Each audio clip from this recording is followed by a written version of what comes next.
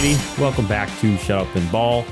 I am Aaron Chow, accompanied by my co-host John Harris as always, and we are back to make our Week 6 NFL picks against the spread / bets, but bets with not real money because we don't got the money to be thrown on this, and doubt that either of us would actually put actual money, especially on the spreads. But nonetheless, let's get into it. Update from at least going into this week. Last week was just another great week from John, not just record-wise, but money-wise, plus 300 in regards to your bets. So obviously another positive week. And then also you went 8-6. So once again, above 500. So now 41-37 on the year in terms of just against the spread. And then money-wise, you are plus 460. So that was a big boost last week. For me, it was just another bad week. It's just I'm starting to relate to those DGen memes, even though I didn't really lose any money. It's just the hole keeps getting deeper as I lost 500 last week. Houston, man, that was a tough one, and I went 6-8. So record wise, it's not as bad as the betting wise, but they were both trending in the same direction, which is down while John is trending up. So let's see if I can get back on track this week, or if you can keep the hot hand going. Let's get into the Thursday night game between the Kansas City Chiefs at Kansas City. They are favored by 10.5, hosting the Denver Broncos. Who do you have here, John, and for how much? I'm going to go with Denver. Kansas City's offense just doesn't feel quite explosive enough right now to cover a big spread. And I know that they're playing Denver, and Denver's defense has been absolutely miserable. And so I could be wrong here, but I don't know. Kansas City is just, they have some self-inflicted wounds. Like the receivers are dropping passes or, whatever it is. And also Kelsey's injury status is still up for debate, even if he plays, which I think he probably will. I'm pretty sure he's got like a sprained ankle, and that just makes life a little bit tougher. And ultimately, Denver is a little more desperate. Obviously they could go full tank mode, but they really don't have many incentives to, because you got an aging quarterback on a massive contract. And so unless you're fully committing that, like, we're going to go after, Caleb Williams or something like that, they're still trying to win. And I don't think most teams are fully on that wave yet, but I do think maybe over the next couple of weeks we'll see some of those teams. And so who knows? We'll see with Denver. But regardless, point being, I do think that the 10.5 feels a little bit big. It's a short week. There's just like a lot of things going into it that make me not as confident in Kansas City covering. I think they're going to win. I just don't know by how much. So I'm going to take Denver. I'm only going to put 50 on it because the Denver defense being as bad as they are does worry me, because who knows, this could be the week that Kansas City really gets it going again just because of who they're playing. But at the same time, I mean, Denver's offense, they've been able to move the ball. Like, obviously record-wise, they're not where they want to be. But if you can give Sean Payton credit for anything, it's that at least the offense has been able to score. So, there you go. But yeah, I'm taking Denver, only going to put 50. Yeah. I'm along the same ideology. I'm going Denver for 50 also. You mentioned, Chiefs offense still kind of finding its way. And Denver's offense has been solid. I think it's oddly been the bright spot. We saw last week, Jaleel McLaughlin seemingly could be an interesting piece, in that offense as he gets more reps, and then bring back Javonte Williams. That'll be interesting to see how they utilize both of them. And but yeah, nonetheless, I too expect the Chiefs to win, but just a lot. And for how injured the Chiefs are, like I said, with Kelsey being injured, that just is already a concern. But yeah, I expect the Chiefs to handle the business. Not much further is needed.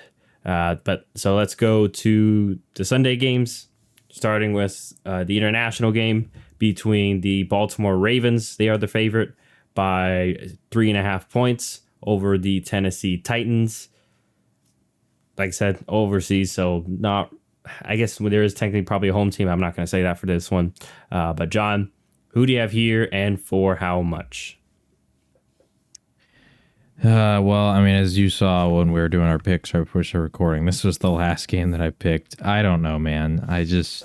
Tennessee has struggled to move the ball. Baltimore has also kind of had some ugly games as of late. I don't know. I really don't. I ended up taking Tennessee. I'm only going to put 50. It's in large part due to the fact that both teams traveling overseas, both feeling a little bit questionable in terms of their abilities to move the ball. I'm just kind of going with the underdog, thinking that it might be a close game, but I don't have a feel on this one at all, which is why I'm only going to put 50. I thought about maybe putting like 10 or something, but I don't know. Here we are. We're putting 50. Once again, I am in agreement in both your decision and how much I'm going Tennessee for 50. It's the same thing. I'm on the same process. Like, it's hard because if you flick back the history of these two teams matching up, most of the contests have been relatively close. Even dating back to a couple of years ago in the playoffs. I know things have gone. They both kind of had their path the past few years. Tennessee, you could arguably say, has definitely gone down a bit, but they're Tennessee, as we've seen, and they still have some life in them. And Baltimore's offense still doesn't seem to be in continuity. We saw that last week, so it just feels like even though Baltimore is probably the more talented team on both, overall, especially on offense, like you mentioned, just overseas, all these random factors it makes it feel like it might be an ugly game even if Baltimore pulls out. It's one where we're glad we have the spread. Probably one of the few times we are supposed to straight pick them. So, but nonetheless, I'm agreeing with John. We're both going for the Titans, or picking the Titans for 50, where we have no dog in this race. And honestly, I probably, even though I watched last week international game, unlikely I will be waking up for this one. If I wake up early enough, maybe I'll catch the end of it, because it's on before the noon games. But probably gonna miss this one. Just watch the rapid replay afterwards. So speaking of the noon games, noon Central Standard Time, or 1 Eastern, you can do the math for the other time zones. Let's go to those games on Sunday. Starting with, it seems like the regulars of the noon slot, and it is the Atlanta Falcons. They are at Atlanta, favored by 2.5, hosting the Washington Commanders. Who do you have here, and for how much? I am going to take Washington.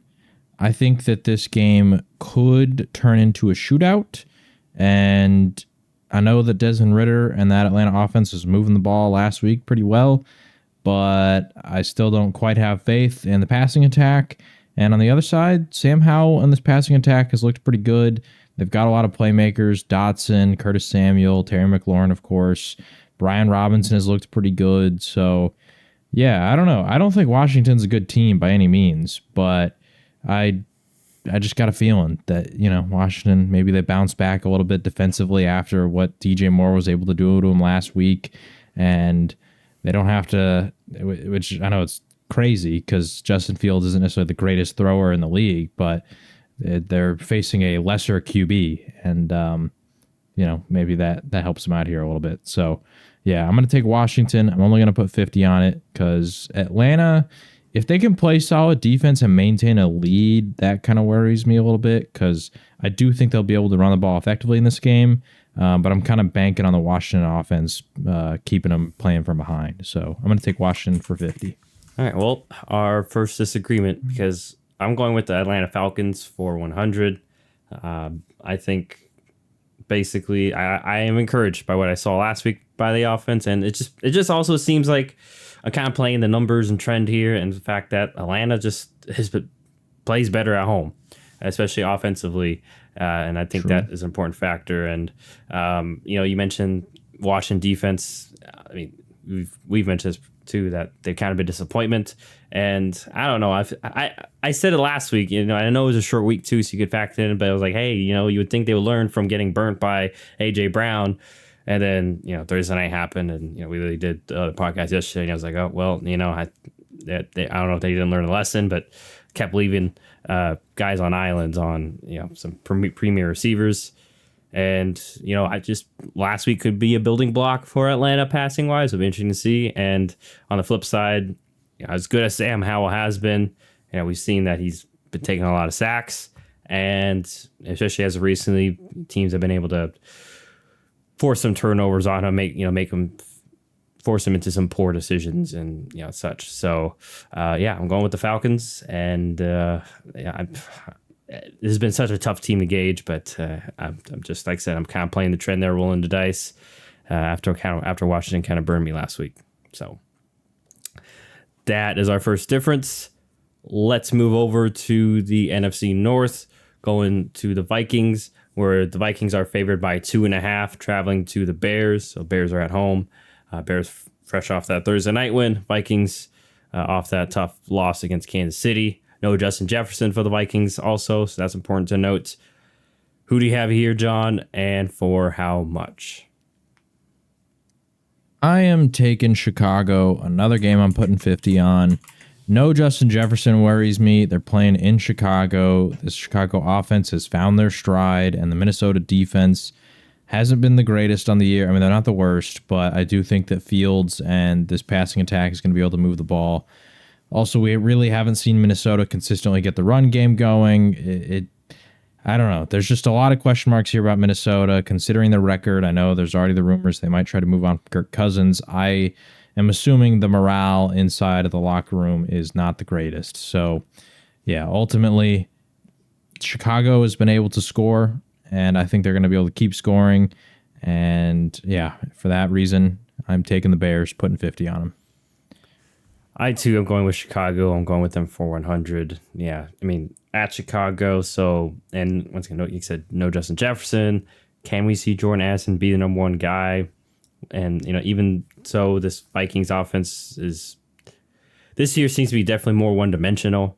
The run game really hasn't been getting going, so that may be easier for the Bears defense. Well, albeit not great, you can put more of your eggs into let's just stop the pass basket.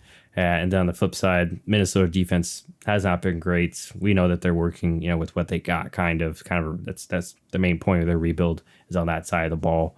While Bears got something going. It'll be interesting to see if Brian Flores, doesn't leave just guys one-on-one with DJ Moore. I'm assuming he's going to throw more safety help, but he's been blitzing a lot, at least here in Minnesota, which could be trying to compensate for his lack of talent on the boundary. So. Be interesting in that regard, but nonetheless, I'm going with Chicago. It just feels like, as of right now, they're kind of the hotter team, while the Vikings, it's kind of like how we said in the preseason. I mean, if you notice, all their games are been almost one possession, but this year just seems like it's going the other way for the Vikings, as opposed to last year where the favor of fortune them more so to say. So both of us going with Chicago. John going with Chicago for 50. I am going with the Bears for 100. Let's move on to Cincinnati, where the Bengals are at home, fresh off that convincing win against the Cardinals. They are favored by 2.5, hosting the Seattle Seahawks. Who do you have here, and for how much? I am going with Seattle. I gotta see Cincinnati show me some consistency. I do think that, if we're talking about what Cincinnati was last year, Cincinnati's the better team, and so I think they could bounce back here, but will bounce back. I mean, they theoretically they bounced back last week. But like I said in our last episode, I got to see it again. Like, I know that some people are going to say, "Oh, Cincinnati's back," all this kind of stuff. I got to see them show some consistency, because I've seen far too many teams where they're struggling. Boom, they have one good game. You think that they're back, and then they just go back to struggling again. And it's like, well, that was just kind of an anomaly. Maybe it was a matchup thing, whatever it was. But clearly it did not fix the problem. So, yeah, I'm going to take Seattle. They've been looking solid. And, yeah, I'm going to take them only 50, because I do like Cincinnati. And it's ironic that last week we talked about me potentially jumping off the train if they failed me, and they were actually right.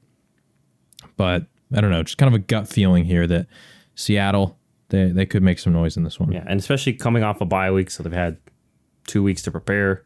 Just FYI, I'm going with Seattle for 100, so I'm already just adding on to what you're mentioning. And it will be interesting to see if the defense, how Seattle defense kind of plays Burrow, and if they try to double chase, because obviously it seems like, especially with his comments, that's the focal point of their offense. So can they slow him down in certain ways and, throw double teams in, and we'll see if, Tyler Boyd or, it would be Joe Mixon can step up and provide other ways in that way. But it should be a fun game nonetheless. Yeah, I'm going with Seattle for 100. Just as of right now, kind of the healthier, more talented team. So we'll see how that one pans out. Speaking of talented, let's go over to the San Francisco 49ers. They are traveling and favored by 6.5 points, traveling to Cleveland to play the Browns. Browns also fresh off their bye, like Seattle. Who do you have here, John, and for how much? I am taking the Niners. I think there's still some question marks about Deshaun Watson actually playing. I know that he was technically medically cleared last week, but he chose to sit out, and I don't know if he's practiced this week. So as of Wednesday, as we're recording Wednesday the 11th, he did not practice today. So yeah, and so if he doesn't play, like this spread, I think I maybe it's already baked in. I don't know, but I'm assuming it's going to move in a pretty big way. I do like the way that Cleveland's defense actually matches up with the Niners. I feel like Cleveland's defense has been really good this year and not been talked about enough. But I like the way that they match up with this Niners offense. But at some point, I do think that it's going to be too much with McCaffrey and all those guys. So I'm going to take San Francisco. I think they keep rolling. I think they're riding that high off of beating Dallas. And, they did in a pretty dominant fashion. So I think they're going to keep that momentum going in Cleveland. I'm taking the Niners, and I'm feeling confident. I'm putting 200. This is a tough one because I really wish... we would have confirmation of status on Watson, it'd be nice, but we're doing this on Wednesday, so it's real speculation. Basically, I mean, you can always, because we've done it in the past. Like if Watson gets ruled out, if you want to change your pick, okay. I'm willing. Okay, to let you know. Then yes, I will use that important asterisk on this one. If Watson does not play, is inactive, and it's Dorian Thompson-Robinson, or regardless if Watson's not active, just avoid this part, this next explanation, and I would default to San Francisco. But if he does play, I'm going with the Browns for 50. It's mainly just to cover. I feel like too, San Francisco, you've got to go on the road, and Cleveland outdoors could be inclement weather. I did check the weather; it's supposed to get rain, a couple days before. It's just those things, San Francisco, fast team, and just playing in the outdoors can muck up things. We've seen that before. Obviously remember last year in that terrible game in Chicago. Chicago ended up winning that game. Now it was week 1 and such. But, just those type of things can kind of help Cleveland maybe stay in this game more. And like you mentioned, their defense has been really good. And I think it'll be an interesting matchup. And I don't think they'll be too outclassed. So, yeah, I think that they'll kind of hold there in the bargain. It'll be interesting, though, to see, even with Watson back, how much he can do, because as we mentioned, now that we're in the Nick Chubb injury, it's on him to basically jumpstart and be their offense. We know that's gonna be the focal point. So I think that he may be able to. Regardless, 6.5 is just a lot, even if he is able to play. So that's what I'm kind of hoping for. But if he doesn't, I'm with you. I think San Francisco will likely cover this one if Deshaun Watson is not under center. So we'll see what happens. So as of right now, it's our second difference. But once again, if Deshaun Watson is declared inactive before kickoff, I would say then my pick moves to San Francisco. But I'll stick it for 52 because you never know. Maybe Dorian Thompson balls out. But nonetheless, let's move over to what shouldn't be a close game, as Vegas or the odds makers have it, because it is the Dolphins. They are the favorites at home by 13.5 points, hosting the Carolina Panthers. So a little bit of Alabama quarterbacks going at it, and Bryce Young and Tua Tagovailoa. Who do you have here, John, and for how much? I'm taking the Dolphins. I'm putting 150 on it. Short and simple. Miami's the better team. Carolina's been pretty miserable. I mean, Detroit just absolutely blew them out. Now, the one caveat there was Carolina was able to kind of move the ball against Detroit, and that's why I'm not going like absolutely huge. Like I think I put 300 last week on Miami against the Giants. Is maybe Carolina can put some points up against this Miami defense, because I don't think the Dolphins defense is necessarily all of that. And I think if Carolina can just not turn the ball over, they should have some opportunities. but I still expect Miami to win in a pretty big way. So I'm gonna put 150 on it. I am expecting Miami to win as well and cover, but I'm going for a bit more than you because, I mean, I also am chasing. I'm going for it for 250. Like you already mentioned, just Miami's the better team. And we've already mentioned our concern with the Carolina, and they seem really true. So, yeah, and also to Miami. Another reason why I'm so emboldened by them is just I know they lost Devon Achane on IR, but still have Mostert. Jeff Wilson still solid. Like the run game has been encouraging this year. The fact that they've had so much balance there with that, along with the pass game. So even though Carolina's a defense that we've been high on, it just seems like this Miami offense right now is clicking at an elite level, and it just doesn't matter that how good right now that Carolina's a talented defense. So I'm going with the Dolphins. John also. I'm going for 250. John with 150 on Miami to cover that spread. Let's go over to Jacksonville, where the Jaguars are at home. They are favored by 4.5, hosting the Indianapolis Colts. No Anthony Richardson, as it will be Gardner Minshew under center for the Colts. Who do you have here, and for how much? I'm taking the Jaguars. The Richardson Minshew thing doesn't really affect it for me, to be honest. It's in Jacksonville, and we know that Indianapolis has their struggles against the Jaguars. It was largely a meme for a long time, but that was when Jacksonville was bad. Now Jacksonville's good. They're the better team, and if they were able to do what they were able to do against Indianapolis so many times over the years, when they were not good, then I'm pretty confident here in Jacksonville and what they're able to do. That said, Jonathan Taylor's going to get a little bit more of a workload. Zach Moss has been really good. I don't know. The Jaguars offense, although they really popped last week, it was in London, and they're going to come back, and who knows how the travel, they were overseas for 2 weeks, affects them.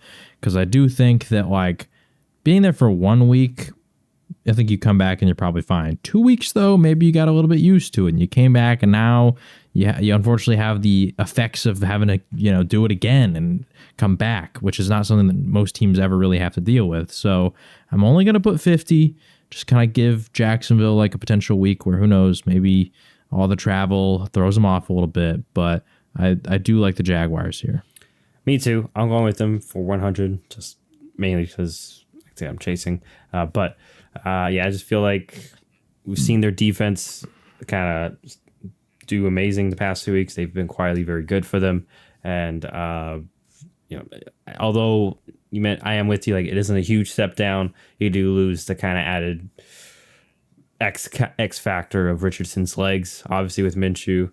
And, but nonetheless, Jacksonville, I think they're a more talented team, and I wouldn't be shocked if they lean on that run game, kind of like how they did last week, lean on the run game and then kind of build off that. And I think the offense will be fine, even coming back across these. But I am with you, but it could possibly I could see it very realistically, them starting a little slow and kind of getting into the game. But we're in agreement nonetheless with the Jaguars. John going for 50. I'm going with them for 100. Let's move over to New Orleans, where the Saints are at home. They are favored by 1.5, hosting the Houston Texans. Who do you have here, and for how much? I am going to go with the Saints. I'm going to put 100 on it. I think, which CJ Stroud has given me no reason to not trust him, but I do think that streak has got to come to an end at some point with the no interceptions. And he's playing the Saints, who are a very opportunistic defense. They've been very good at keeping games low scoring, keeping them pretty gross, except for, I guess, last week it was not low scoring, but, that was just utter domination. So I do think Houston will be in it, but ultimately I'm betting on Kamara, Olave, Michael Thomas, the playmakers that they have to be the difference maker, whereas, everybody kind of knows Houston doesn't quite have that same caliber of talent in terms of weapons for CJ Stroud to work with. So if the streak does come to an end, he has a turnover or something, I think the Saints are going to capitalize on that. And even if he doesn't, I think that the defense is going to make it pretty tough for them to move the ball consistently. And like I said, those playmakers are going to show up. So I'm going to take the Saints, going to put 100 on it. Yeah, I'm taking the Saints. I'm only going 50. I'm just a little more scared in regards to them. But yeah, encouraging. You mentioned that their defense, but also their offense. I'm kind of banking on last week being a little bit of a confidence boost. Another week that Derek Carr is healthier too, with his shoulder, and Kamara's obviously took a good amount of work last week. So, and now hopefully by now he's fully back into full football shape, and so yeah, I'm with you. I'm going New Orleans. I'm going for 50. John's going with them for 100. Let's move over to Las Vegas, where the Raiders are at home, and they are favored by 3.5, hosting the Patriots. So Josh McDaniels facing his former head coach and Bill Belichick. Patriots obviously need this one desperately, but the Raiders too. They're kind of in that same desperation mode, being sub 500. What are your thoughts here, and who are you going with for how much? This game is going to be gross. This is a gross game. I don't know. And for that reason, I'm taking the Patriots. They're the underdogs. I just think that Bill Belichick is going to know about Josh McDaniels, and not only is it his former OC, but former quarterback and Jimmy Garoppolo too. I think that although the Patriots have not been good defensively, he'll have some stuff ready for those guys. And I don't know. I could see Jimmy G not having a good game, and it just being a really just ugly, disgusting game that nobody wants to watch. And yeah, so I'm taking the Patriots. I'm only going to put 50 because, like I said, this is a disgusting game. Like, I don't know. I don't like either of these teams. I don't feel confident in either of these teams, so I'm only going to put 50. It really didn't matter who I picked. It was going to be a low bet. Yeah, same. I'm going the opposite. I'm going with the Raiders. I just kind of going off my theme last week. I just trust them more with Devontae Adams, and it's odd to say this, but I know he makes an occasional mistake, but I believe at least in Jimmy, the offense more, especially with Jimmy G, with Josh Jacobs, just more talent on that Raiders offense, and the Patriots defense. Unfortunately, we saw last week, losing some of those key pieces in Judon and Christian Gonzalez, and probably still getting J.C. Jackson up to speed, and even then we saw he still wasn't great in with the Chargers. So who knows if how much he can even contribute, and and also I'm also factoring that we've seen before, usually in these matchups where it's Bill Belichick, someone in his tree going up against him, that they usually get the better of him. I don't know if you remember, like Matt Patricia. I don't know if you remember that they blew him out. Same with Vrabel. I don't think Flores really ever got invited. That was the Dolphins. They were pretty bad. They were always close. I think that's it. I was trying to remember. I think so. Yeah. Nonetheless, it's never easy because so it's an interesting little chess match between the two usually. So yeah, I'm just favoring the Raiders as of right now because I just, like I said, their offense seems to be flowing better, and they have more talent, on the offense especially as well. So and yeah, Max Crosby on the defensive side of the ball seems to kind of show that he's that game wrecker for the Raiders, and I saw it last week, especially against that offense. Like I said, just nothing really inspires you in regards to the Patriots offense, especially skill position wise. So I'm going with the Raiders for 50. John's going with the Patriots for 50. But we both recommend you don't touch this game. It's a tough one. So, or at least the spread. So let's. If you're a real bettor, just we don't have any games where we're putting 0. But if you're a real bettor, these are the kind of games where you don't touch it. Don't touch it. Honestly, too, like if I was a bit lazy. Like I considered putting 10, but I was like, I really didn't want to find a 40 to a lot elsewhere. I don't know. That's whatever. Yeah. So let's move on to Detroit, where the Lions are at home. They are favored by 3.5, hosting the Tampa Bay Buccaneers. Bucks off their bye week. Who do you have here, John, and for how much? I'm taking Detroit. I feel very confident that they are the better team. I'm putting 300 on them. They have been absolutely rolling. I think they continue it. The offensive line is good. David Montgomery has been cooking. Jared Goff has been dicing them up, and I'm pretty sure Amon-Ra St. Brown is going to be back this week. Meanwhile, on the other side, I don't know. Baker Mayfield and that offense, they're not bad, but I don't know. They're just kind of mid.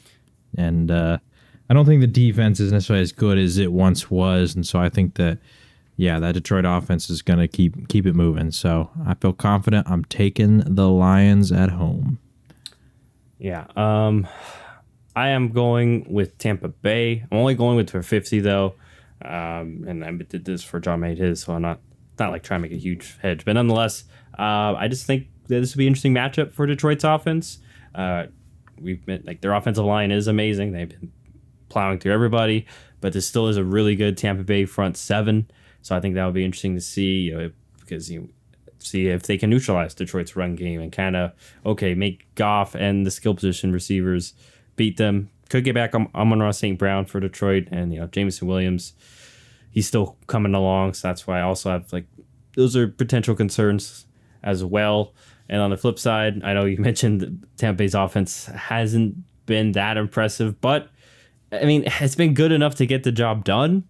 So I wouldn't be shocked if coming off the bye week, who knows if they have Mike Evans, but coming off the bye week, they have some wrinkles. Maybe throw some Detroit right back at them. Maybe some sort of creative plays. Who knows? But then again, who knows if Detroit's got them as well. So I don't know. I just think 3.5. I'm gonna be shocked if Tampa Bay at least keeps it close. So yeah, those are the reasons why I'm going with them for 50.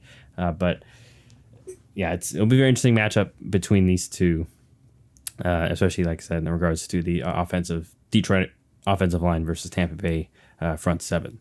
And that matchup. So big swing there. We'll see who comes through for us. John going with the Lions for 300. I'm going with the Tampa Bay Buccaneers for 50. Let's go over to SoFi Stadium where the LA Rams are at home. They are favored by 7.5, hosting the Arizona Cardinals. Who do you have here and for how much? I'm taking Arizona. I don't know. Arizona's just been competitive in a lot of their games. I like what the Rams have been doing, but at the same time, divisional matchup. I feel like Arizona is still largely underrated in terms of what they're truly capable of. I know they did lose James Conner, but I liked what I saw at DeMarcado, and then they're getting Keontae Ingram back this week, I believe. So I don't know. I think Arizona will be all right. I also like the matchup in terms of, Marquise Brown, Zach Ertz, like the pass catchers that they have against the Rams defense. I mean, we just saw last week the Eagles were able to move the ball through the air against them. So, which Philly's, clearly a lot better than Arizona. But, just my point being of there's vulnerabilities in that secondary for the Rams. So, yeah, I'm going to take Arizona. That said, only putting 50. Because Arizona is a team that instills no confidence in me to ever probably put more than that. I'm actually going the opposite way. I'm going with the LA Rams for 100. I think we saw a little bit of glimpse of the offense with Puka Nacua and Cooper Kupp in that first half, and Philly made some good adjustments, and obviously Arizona's not Philly, especially with their front seven. So I think that will enable Stafford to have more time, be under less duress than he was last week, just have more success on offense. And on the flip side, Arizona's offense, like you've kind of alluded to, has actually been solid, even with losing James Conner. I expect him to move the ball, but end of the day, I wouldn't be shocked if the Rams are able to slow it down, or just have so much offensive output that it kind of makes Arizona one-dimensional, and having to kind of keep up, and then that enables an Aaron Donald to just probably make a play and ice the game, or make it a two-possession game, which would potentially ice the game. So I'm going with the Rams for 100. John going with the Arizona Cardinals to cover for 50. So we'll see if the Rams can win and obviously cover that spread. Let's move over to the last game of the Sunday afternoon, and that is Philadelphia Eagles. They are favored by 7.5, going to New York to play the Jets. Who do you have here, John, and for how much? Well, unfortunately for the Jets, and specifically Breece Hall, who, as we talked about in our recap, we kept saying welcome back.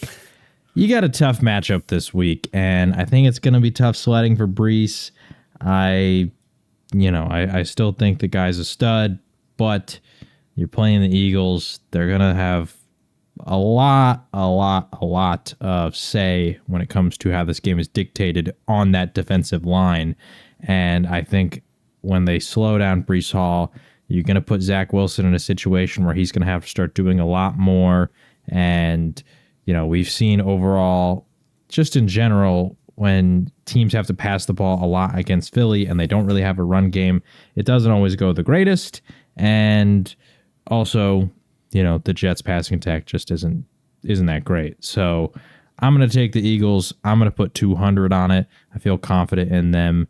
And yeah, it's just not a good matchup ultimately for the Jets. Yeah, I'm in agreement because I'm going with 250. I really don't have much else to add. You mentioned it's just a bad matchup, especially for a Jets offensive line. That's no Elijah Tucker, and then like you mentioned, probably going to be able to slow down Breece Hall, and very unlikely that Zach Wilson can just drop back and dice them up, as we've kind of seen before.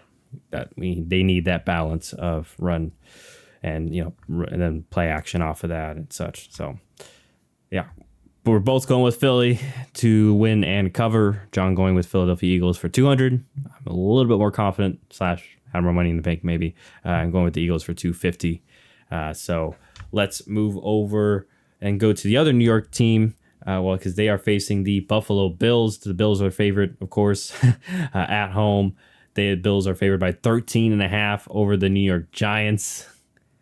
Basically, John, I'm assuming we're both very confident that the Bills will win this one. Do we think that the Bills will cover? Yeah, I think they will. I know that the Bills have a lot of injuries right now, man, but the Giants just aren't great. They're not great. I don't know if Saquon's going to be back yet. I have no faith in the Giants, and with Buffalo, they're really freaking good. So I'm taking the Bills. I'm only going to put 50 because the spread's pretty huge, but I do like Buffalo quite a bit here. Yeah, and once again, I want to note, because with my bet, once again, I'm chasing a little bit, in regards to trying to get back into this. So I'm putting 200 on the Bills because I expect this to kind of be a get-right game after losing in London. And, especially for most of the game, their offense kind of sputtered. I think it is a good matchup for their offense in regards to Wink Martindale, as we kind of saw last week, even against the great Dolphins. Wink ain't afraid to take chances, but that means at times you will get burned, just like, leaving a guy one-on-one with Tyreek Hill. So I wouldn't be shocked if we do see something like that with Diggs or Gabriel Davis, where they get a long touchdown because of that. So I expect the Bills offense to get back on track for the most part. And then, on the flip side, we've mentioned how poor this Giants offense has been. And, the Bills, especially with their pass rushers and how good McDermott is in regards to setting up his own defenses to take away the spaces that you like to attack. And we all know for the Giants, it ain't going to be that far downfield probably. So, I'm going with Buffalo, and I'm hoping that they can cash in for me to cover as well with that 13.5 point spread. So I'm going with the Bills for 200. John going with the Bills for 50. So that leaves us with your game, the Monday Nighter, your Dallas Cowboys. They are favored by 2.5 points going to LA to play the Chargers. Who do you have here, John, and for how much? I am going to take the Cowboys. I think that the line might be a little bit of an overreaction to the Niners game, but quite frankly, I have zero faith in this Chargers defense to make Dallas uncomfortable. I liked what I saw out of San Francisco in terms of how to stop it. I just don't quite think that Brandon Staley is going to be able to employ some of the same strategies to stop Dallas. So I think offensively, they're going to get back on track and they're going to be able to play with a lead. I do think that Justin Herbert and that offense will be able to do some stuff against Dallas. And, it's the Kellen Moore revenge game or whatever. But I think that Dan Quinn and this defense are going to be rather upset about the way that they specifically played last week.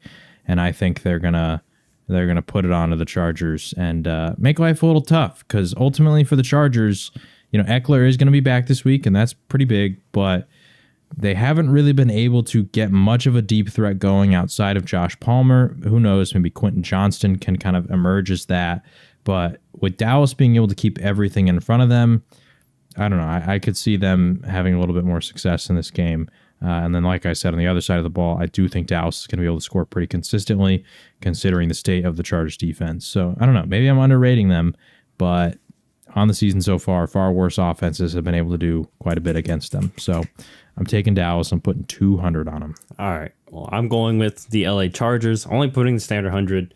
I feel like it's going to be a little bit of a shootout because I think the Chargers will have some wrinkles or some ways to attack Dallas deep or even intermediate. I would expect so. I wouldn't be shocked if, especially Kellen Moore has a few extra, just a little bit of a revenge game here. I'm playing with that factor. It does concern me though, like you alluded to, that the Chargers defense. Once again, I'm kind of banking on the fact that you had an extra week, Brand Staley. You knew who you were going to play. As well as I know, Dallas can be simple. So, yeah, especially if they still walk into this week that same way. I just think that the Chargers may be able to handle that and be able to invest more in stopping the run game because we do know that's still a weakness. But maybe they can. I just feel like it's the Chargers right now.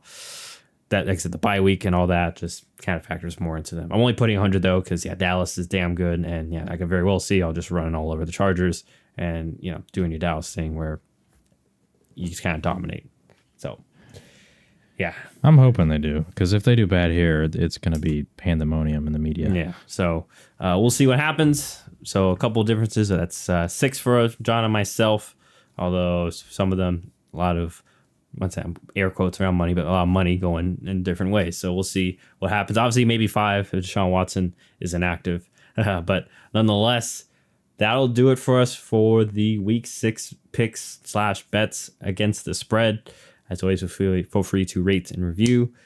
But other than that, we will see you next week, obviously, to react. Hopefully, I can just have a green week. But we'll see what happens.